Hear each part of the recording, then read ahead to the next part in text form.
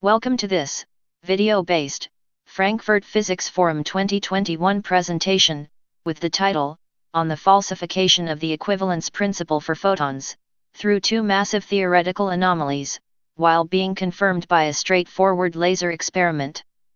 This presentation was prepared by Etienne Browns. Etienne Browns graduated at the University of Leuven in Belgium. He was a researcher during all of his career, at the university, then at the Belgian Nuclear Research Centre and then at VITO. He contributed to national and international research programs. Part of his research is referenced in Scopus and ORCID.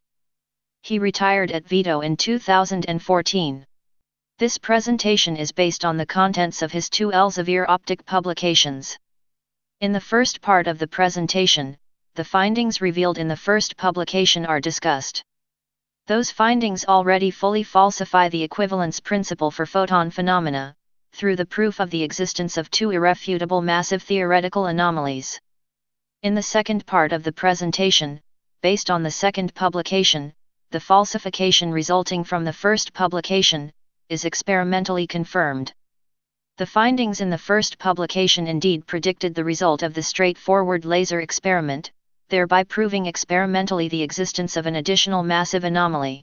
Regarding paradigms, it is very important to refer first to Thomas Kuhn, and his book, The Structure of Scientific Revolutions. Kuhn considers contemporary science as an activity, in which scientists spend all their time, strictly believing in the corresponding paradigms. Contemporary science often suppresses fundamental novelties, called anomalies, because they are very disruptive, regarding specific contemporary paradigms. An irrefutable massive anomaly, indeed proves a specific contemporary paradigm to be totally flawed. Kuhn indicated that, in the end, a tenacious anomaly, that cannot be aligned with professional expectation, will ultimately demand an urgent investigation, that finally will force the science profession to a new set of commitments, and a new basis for the practice of science. The extraordinary episode, in which the paradigm shifts occur, is known as scientific revolution. Karl Popper indicated that an irrevocable anomaly has an irrefutable falsifying value, overruling whatever type, or number of, experimental confirmations, of a contemporary paradigm. The proof of the existence of even two massive anomalies, as revealed in the first part of this presentation, clearly falsifies the equivalence principle for photon phenomena. The experimental laser result, revealed in the second part of this presentation, is an additional strong experimental confirmation of that falsification. Evidently, this should trigger major paradigm shift processes in contemporary science, as advocated by Thomas Kuhn and Karl Popper. During this presentation, the reasoning is fully based on photons. Einstein proved light to be quantized, in his publication on the photoelectric effect, thereby proving the existence of photons, resulting much later in his Nobel Award. His Nobel Award was thus based on photons and not on the relativity theory. Regrettably, Einstein did not implement photons in his light phenomena-linked thought experiments. Nowadays, single photons can be produced in a controlled way. A light signal, which is called in linguistics in contemporary science, a light beam, or a ray of light, or a laser beam, or a laser pulse, thus must be viewed as existing of a vast collection of individual photons. It is trivial to consider a photon A to arrive at the now time instance t1, while a photon B departs at t1. It is also trivial that photon B will only arrive at the future time instance t2, after a traveling time t2 minus t1. These fundamental facts, of a photon's location in space, a photon's traveling trajectory in space, and a photon's traveling time, are key in this presentation.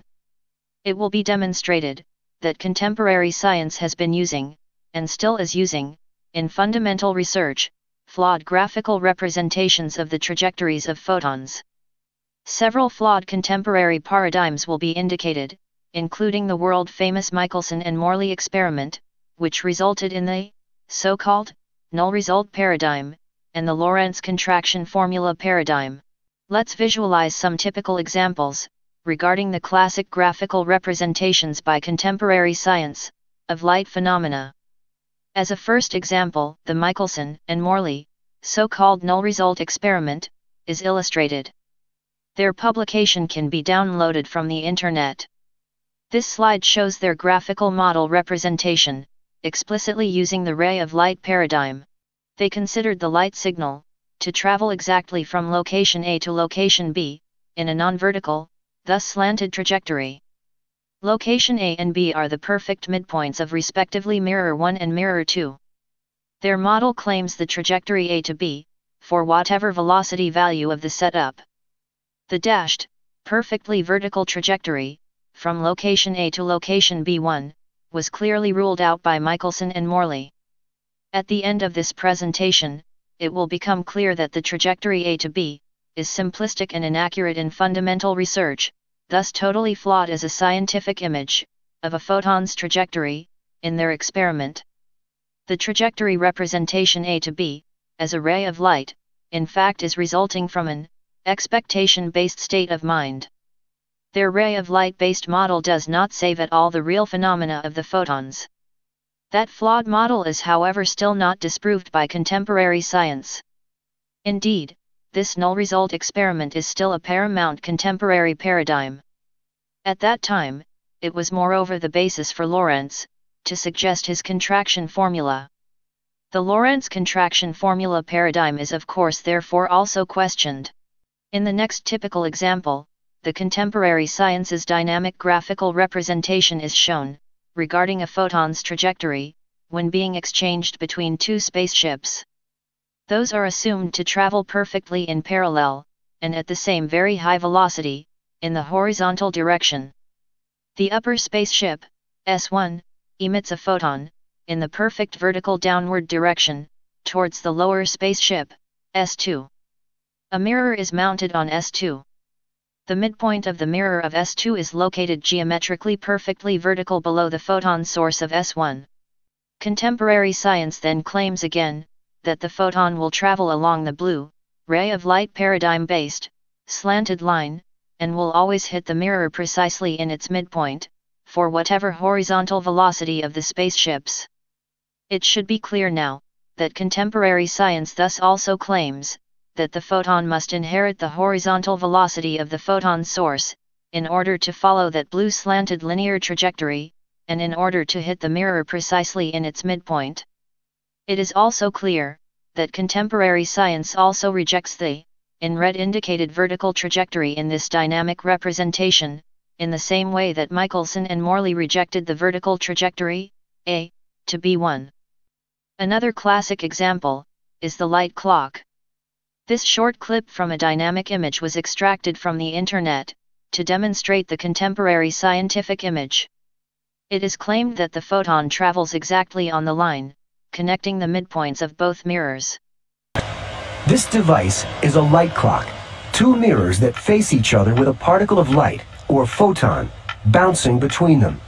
Each bounce is one tick of the clock. Contemporary science again claims that the photon inherits exactly the horizontal velocity, in order to bounce back and forth, exactly between both midpoints of the two mirrors, for whatever value of that velocity.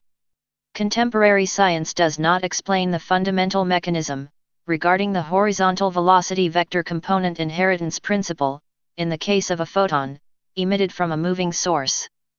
That inheritance principle is moreover irrational, since it is direction exclusive. Contemporary science should be able to explain such direction exclusivity, thus the mechanism itself, causing the slanted, A to B, photon trajectory models in the examples. Let's now introduce the first thought experiment, which results in a first, irrefutable, and massive, theoretical anomaly. Consider a photon source, that is able to emit photons, in a perfectly vertical upward direction. The photon source is mounted on a horizontally movable setup. The horizontal velocity of the setup can be controlled to any value. The setup does not move in the vertical direction. The photon source emits a photon each second. The ordinate is scaled in light seconds, enabling the graphical representation of the vertical location of each photon in time. The abscissa is in meters. The photon source is programmed to stay at rest, during 3 seconds, in the location x equal to 1 meter. It is assumed that the photon source departs immediately after 3 seconds, at a constant horizontal velocity of 1 meter per second to the right, while still emitting a photon each second. When arriving at the location x equal to 9 meters, the photon source is assumed to halt immediately, while still emitting a photon each second. Obviously, contemporary science will claim that it is trivial that, during the first 3 seconds, the 3 emitted photons will not move horizontally, since the source has no horizontal velocity. The 3 first photons therefore move upwards, at the speed of light on the same vertical trajectory, corresponding to the x equal to 1 meter location on the abscissa.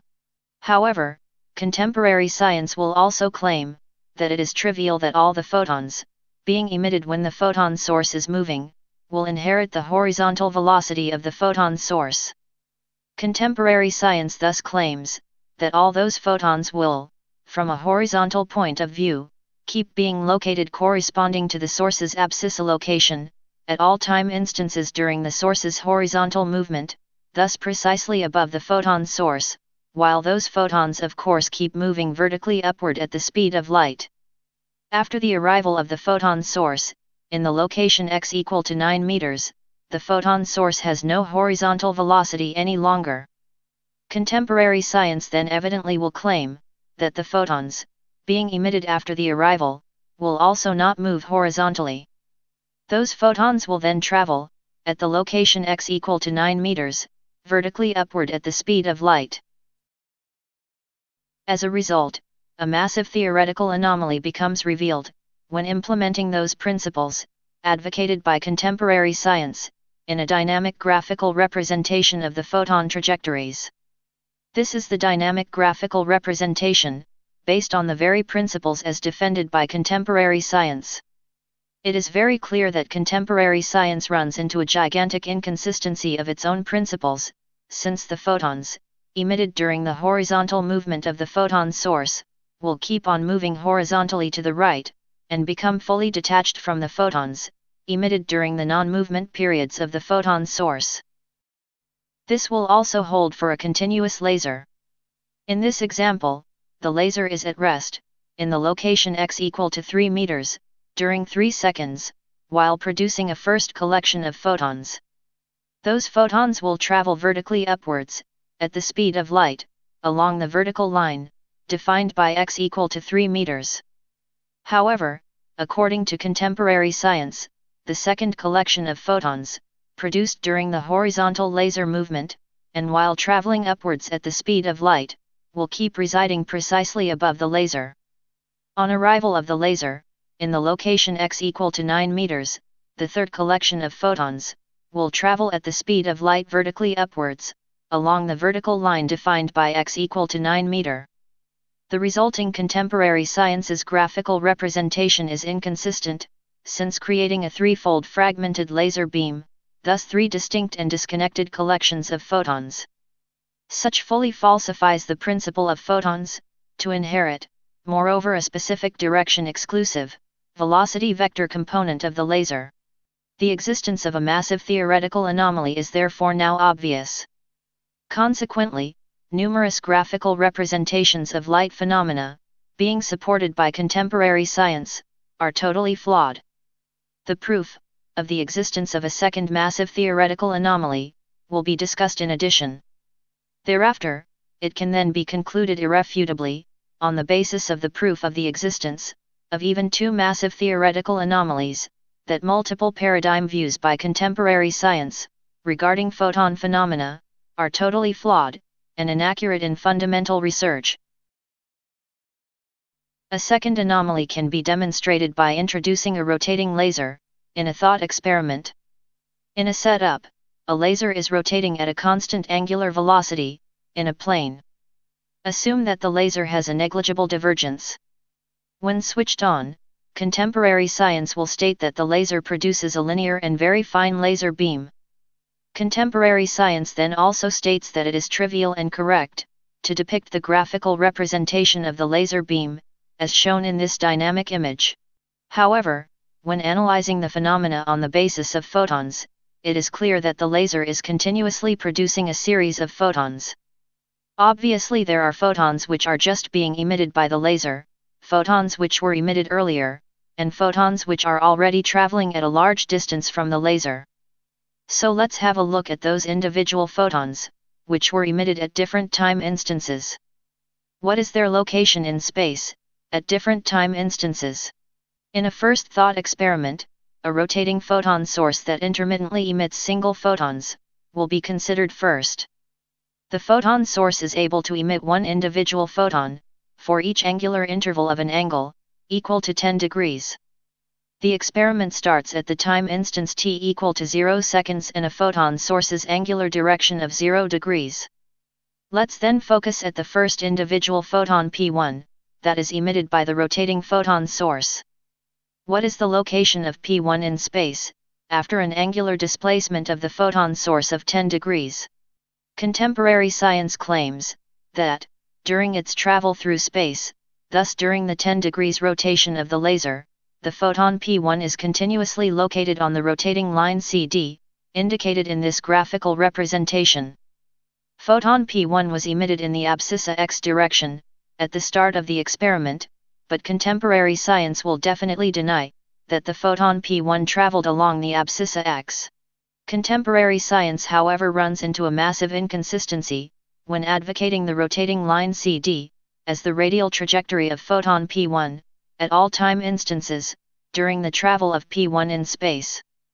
Let's assume therefore, arbitrarily, in the thought experiment, that the photon source rotates at an angular velocity of 36 degrees per second. The tangential velocity of photon P1 can easily be calculated at all time instances from the equation, indicated in this slide. At the time instance of 278 milliseconds, the calculated tangential velocity of photon P1 is 52 million meters per second, thus about 17% of the speed of light. That value however already increases to about 188 million meters per second, at the time instance of 1 second, when the photon source shows a rotation angle of 36 degrees. That value is then already 60% of the speed of light. At a rotation angle of 72 degrees, thus at a time instance of 2 seconds, the tangential velocity increases to the nonsense value of 377 million meters per second, which is about 125% of the speed of light. Contemporary science is unable to counter this inconsistency and, moreover, even unable to explain the mechanism of photon P1, to acquire an ever-increasing tangential velocity value. Contemporary science therefore runs into a massive anomaly. A dynamic graphical representation of the trajectories of the photons, emitted by the photon source, rotating at 36 degrees per second, is able to demonstrate the consistent scientific image, for two full 360 degrees rotations of the photon source. This is the basic coordinate system.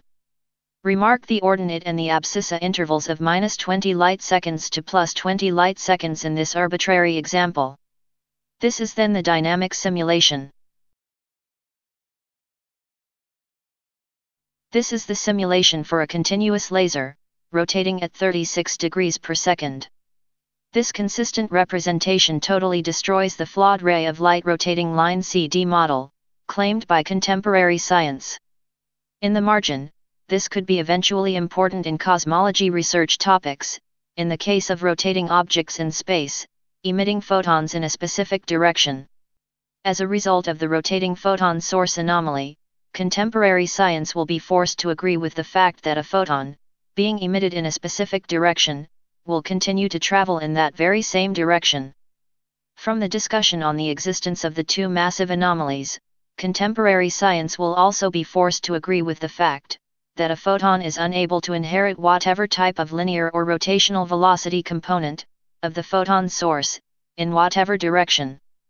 The consequences of these facts are massive and falsify multiple contemporary paradigms, based on light phenomena. The preceding explanation proved irrefutably that a photon cannot inherit any component of the velocity vector of the photon source, in whatever direction. In the publication, indicated in this slide, that finding resulted in the innovative Contemporary Science's Paradigms Disruptive, Figure 12. It is Figure 12 that will force contemporary science to abandon multiple, totally flawed, contemporary paradigms, based on photon phenomena. Figure 12 will first be explained in the next slides, of this first part of the presentation, based on the two massive theoretical anomalies. Thereafter, in the second part of the presentation, the experimental confirmation of the findings, through a straightforward laser experiment, will be revealed. Consider thus a reference frame x1, y1, linked to observer 1 at rest. A horizontally moving reference frame x2, y2, is linked to observer 2.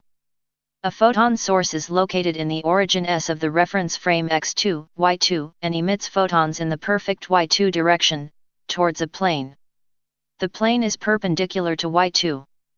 The plane, photon source, observer 2 and reference frame x2, y2, move horizontally at the same velocity.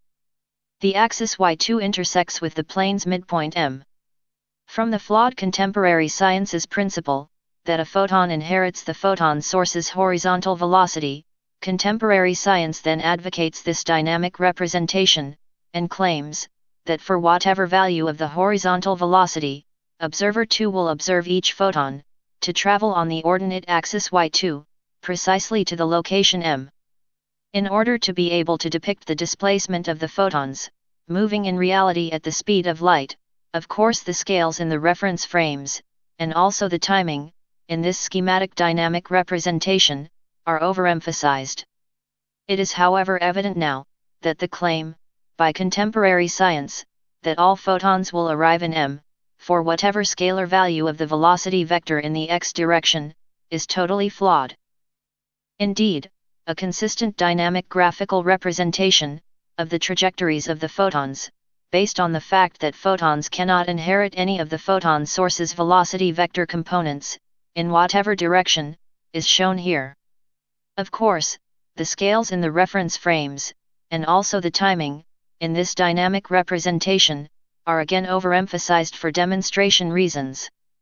It must however be clear now to anyone, that the photons keep on traveling perfectly in their own trajectory, in the vertical direction, in which they were emitted.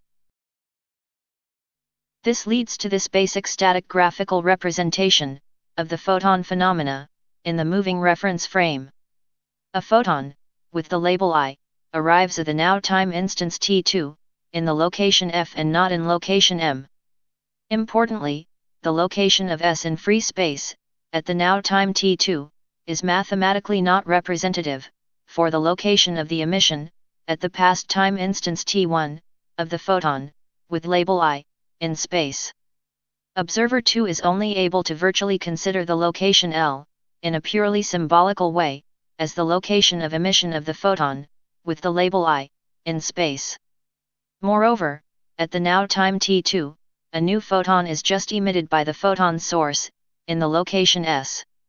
It should therefore be obvious now to anyone, that the location S is not representative at all, in the mathematical model reference frame of the observer 2, as the location of emission of all photons in the past.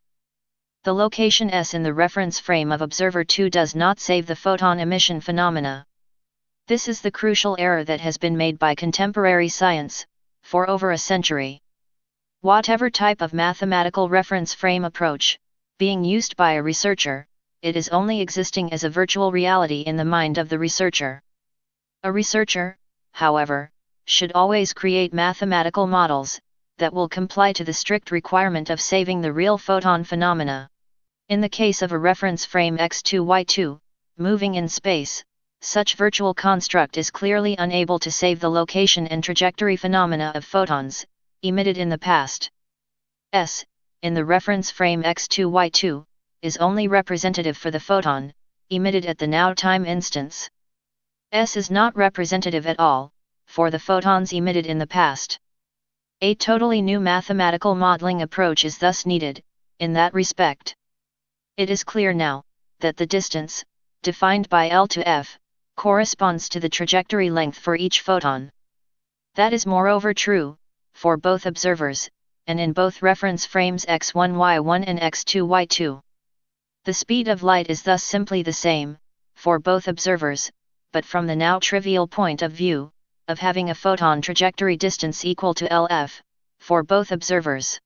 Contemporary science claims the validity of its equivalence principle paradigm by stating, the result of any local non-gravitational experiment in a laboratory, in a free-falling status, is independent of the velocity of that laboratory, and its location in space. By example, the International Space Station ISS is in a free-fall mode and even the planet Earth is in a free-fall mode, towards the Sun. Therefore, according to contemporary science, the equivalence principle is valid for photon phenomena, in a laboratory in the ISS, or in a laboratory on our planet. From this resulting and irrevocable graphical representation, however, it is now very obvious, that for photon phenomena, the contemporary equivalence principle paradigm is totally flawed. The value of mf definitely increases, with the scalar value of the velocity vector in the x direction, thereby indeed totally falsifying the equivalence principle paradigm for photons. This Popper's type of irrefutable falsification, by anomaly, of the equivalence principle for photon phenomena, was confirmed experimentally, through a straightforward laser experiment. The experimental confirmation is the subject of Etienne Brown's second publication in Elsevier Optik. The contents of that second publication are discussed in the second part of this presentation. Let us now explain a straightforward type of laser experiment, that enabled to confirm the falsification by two theoretical anomalies, of the equivalence principle for photon phenomena. Consider thus again this figure. During the photon traveling time delta t, from location L to F, the photon source traveled from location L to S. The trivial equations 1 and 2 are then valid. When combining both equations, equation 3 results. Equation 3 states that the value mf is proportional to the scalar value of the velocity v. Please note that an additional comment will be given, about the importance of equation 3, later on. Regarding an introduction to the laser experiment, it is interesting to already present the value of mf, for a velocity scalar value of 30,000 meters per second, and for a distance of 10 meters, between s and m. One then can calculate that the value of mf is a significant 1 mm. The velocity value of 30,000 meters per second, corresponds to the Earth's orbit velocity value, being used by Michelson and Morley in their so-called null result experiment. Contemporary science still accepts that use in their model calculations. Contemporary science thus also cannot object the use of that same velocity value as a paramount parameter value, in the straightforward laser experiment, being discussed in this presentation. Let's abbreviate the Earth's orbit velocity vector, as EOVV, in this presentation. Let's also point first to the important fact that the amplitude of mf, observed in the OBS2 reference frame YOBS2 x OBS2, will be linearly dependent from the scalar value of the velocity v. Moreover, if, in an experiment, the scalar value of the velocity v would be a sinusoidal function of time, then the value of mf will also show a corresponding sinusoidal function in time. In that respect, our planet Earth shows a full rotation during 24 hours and thereby offers splendid experimental conditions, to indeed introduce a sinusoidal change of v in time, in a straightforward laser experiment. Such experiment then confirms the predicted lateral shift mf, and also a sinusoidal function in time of mf, as a Lissajous type of the change of mf in time. Consider therefore a setup, as schematically depicted here. A laser is at rest in a laboratory room, the laser beam is directed to a plane or wall, holding a fine measuring grid. On the measuring grid, the laser dot is registered. Contemporary science then claims that the laser, the room structure, including the wall, and the measuring grid, are all at rest.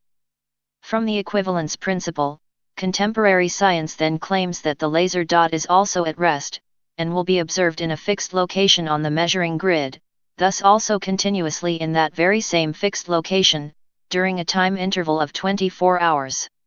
That view by contemporary science is however totally flawed. Indeed, in a 24 hours experiment, the laser setup will be subjected to an extremely important change in the angle, between the direction of the EOVV and the direction of the laser beam. That continuous, sinusoidal, change of the value of the angle between both directions, during a full rotation of our planet, can be deployed, to confirm experimentally, the previously discussed type of photon shift MF, as a displacement of the location F of the laser dot, on the measuring grid. The location F of the laser dot on the measuring grid is thus not frozen at all, in a 24 hours experiment. Such result then clearly confirms the former irrefutable falsification, of the equivalence principle, for photon phenomena. A Lissajous type of movement, during such experiment, of the laser dot location, clearly also falsifies Michelson and Morley's null result paradigm. A detailed three-dimensional analysis, regarding the change in time during 24 hours, of the angle between the EOVV direction and the photon's traveling direction, is not presented here.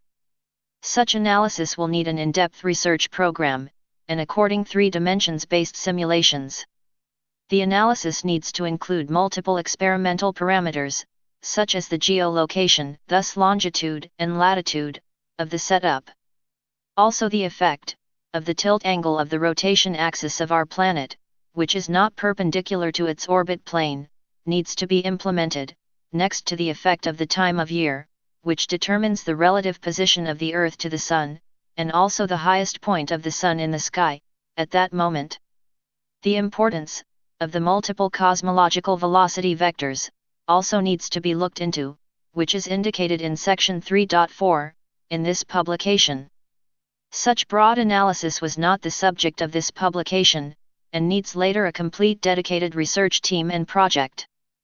One can also notice, in section 3.4, the remark by Etienne Browns about the concept of ARVMD, which is a real velocity measuring device, enabling the observer OBS2 to obtain, from the lateral shift MF, the scalar value of the lateral velocity vector component. The RVMD is the subject of a third publication by Etienne Browns, as a follow-up publication of his two Elsevier optic publications, mentioned in this presentation. A semi-quantitative analysis can however be presented, to reveal the effect of the experimental conditions, on the location F of the laser dot, on the measuring grid. Consider this simplified and schematic, three-dimensional graphical representation. There are four Sun-Earth spatial configurations, A, B, C and D, during a 24 hours experiment. The laser beam direction in the setup is assumed to correspond, during the sunrise in the morning, with the Earth's center to the Sun's center direction. The laser beam direction in the morning is then according to the east-west direction. The observed relative, spatial positions, of the Sun, in the four configurations A, B, C and D, then can be indicated as direction lines, pointing to the center of the observed Sun. Evidently, the EOVV is always perpendicular to a line, connecting the center of the Sun, and the center of our planet. At the four corresponding time instances, A, B, C and D, the EOVV can thus also be considered to be perpendicular to the four depicted direction lines. The phenomena, occurring at those four time instances, then can be described in a semi-quantitative way. In the morning, at the time instance of the sunrise, the laser beam direction coincides, to a large extent, with the indicated east direction line, pointing towards the Sun's center. Since the EOVV is perpendicular to the Sun-Earth direction, the angle between the EOVV direction and the direction of the trajectory of the photons, thus has mainly a 90 degrees character. As a result, the scalar value, of the EOVV component in the XY plane, will be at its maximum. Such evidently also causes a maximum value, to be anticipated at the morning time instance, for the MF type of lateral displacement, of the laser dot on the measuring grid, in the XY plane. At the midday time instance, thus at the time instance of the highest point of observation of the Sun in the sky, the laser beam direction is, to a large extent, perpendicular to the indicated south direction line, pointing towards the Sun's center. The angle between the EOVV direction and the direction of the trajectory of the photons, then has mainly a 0-degree character. The scalar value of the EOVV component, in the XY plane, then will be at its minimum. Such causes a minimum value, to be anticipated at the midday time instance, for the MF type of lateral displacement, of the laser dot, in the XY plane. In the evening, at the time instance of the sunset, the laser beam direction coincides, to a large extent, with the indicated west direction line, pointing towards the sun's center. The angle between the EOVV and the direction of the trajectory of the photons, then has again mainly a 90 degrees character. The scalar value of the EOVV component, in the XY plane, will then be at its maximum. Such causes a maximum, absolute, value to be anticipated, for the MF type lateral displacement, of the laser dot, in the XY plane. However, and importantly, the sense of the EOVV component, in the XY plane, during the sunset mode, is of course the opposite of the sense of the EOVV component in the XY plane, during the sunrise mode. Therefore it is evident that the registered maximum displacement of the laser dot, on the surface of the measuring grid, during the sunset time instance, is the opposite maximum displacement during the sunrise time instance. At the midnight time instance, the laser beam direction is, to a large extent, perpendicular to the indicated north direction line, pointing towards the sun's center. The angle between the EOVV and the direction of the trajectory of the photons, then has mainly a 0 degree character. The scalar value of the EOVV component, in the XY plane, will be at its minimum. Such causes a minimum value, to be anticipated, for the MF type lateral displacement, of the laser dot, in the XY plane.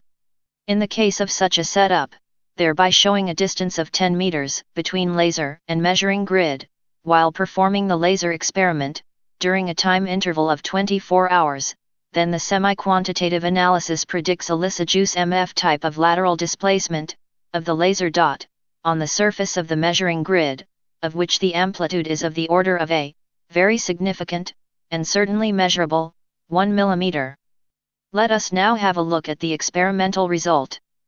Details about the low beam divergence laser, measuring grid, digital camera, computer control of the camera through a USB interface, specifically developed photo trigger time-lapse software, time-lapse photo processing into video images, location of the experiment, and so on, can be found in the Elsevier Optic publication. Multiple 24 hours experiments were carried out, of which the dynamic, time-lapse-based images revealed consistently and reproducibly, over and over, the same type of displacement, of the laser dot, over the surface of the measuring grid. This is the typical result, obtained from such a 24 hours experiment. The measuring grid, line-to-line distance is 1 mm. The video is time-lapse, and clearly shows the predicted displacement of the laser dot, with an amplitude of the order of 1 mm. The experiment thus fully confirmed the irrefutable falsification, by two massive theoretical anomalies, of the equivalence principle for photon phenomena. Such should initiate paradigm shift-oriented research projects, according to the paradigm views of Thomas Kuhn. In the Elsevier Optic publication, the video of another laser experiment can be accessed, through a Mendeley link in the references list, proving the consistency and reproducibility. It should be remarked that there is a measurement disadvantage, when using a laser setup, which shows a laser beam north-south direction. Such is discussed in section 3.3 in the Elsevier Optic publication. Indeed, it is clear that the angle, between the EOVV direction and the laser beam direction, is predominantly of the perpendicular type, during the 24 hours experiment. Only a very weak displacement of the laser dot then can be expected. It should also be mentioned here, that all those findings by Etienne Browns, already date from 2006. His findings and the results of his basic straightforward laser experiments, in 2006, were officially registered in front of a notary. Since 2006, he tried to submit in several scientific journals. Those dissemination attempts were systematically neglected, over and over, by the journal editors, without any grant of a typical review, and without any scientific argument from the editors. Finally, thanks to the Elsevier Optic Journal team, the submitted findings were reviewed and accepted. These are the main conclusions. The existence of two massive theoretical anomalies was proven, falsifying the equivalence principle for photon phenomena, and multiple other contemporary paradigms, based on photon phenomena. That falsification is confirmed experimentally, through a straightforward laser experiment. Urgent paradigm shifts are needed. The neglection of the existence of massive anomalies, during the history of science, was, and still is, pointless. Thank you all. In the question and answer time slot of this presentation, a question was answered by Eugen Browns, as raised by some persons, about the case of a photon not being emitted in the vertical direction, as already discussed in detail in this presentation, and in his two Elsevier optic publications, but emitted in the horizontal direction. Those persons were indicated before by Eugen Browns, that the answer is very straightforward, and deducible by anyone, when reflecting on the approach in Figure 12, in his first Elsevier optic publication. This is a dynamic representation of the case, in which a photon is emitted by the laser in the location S, in the horizontal direction.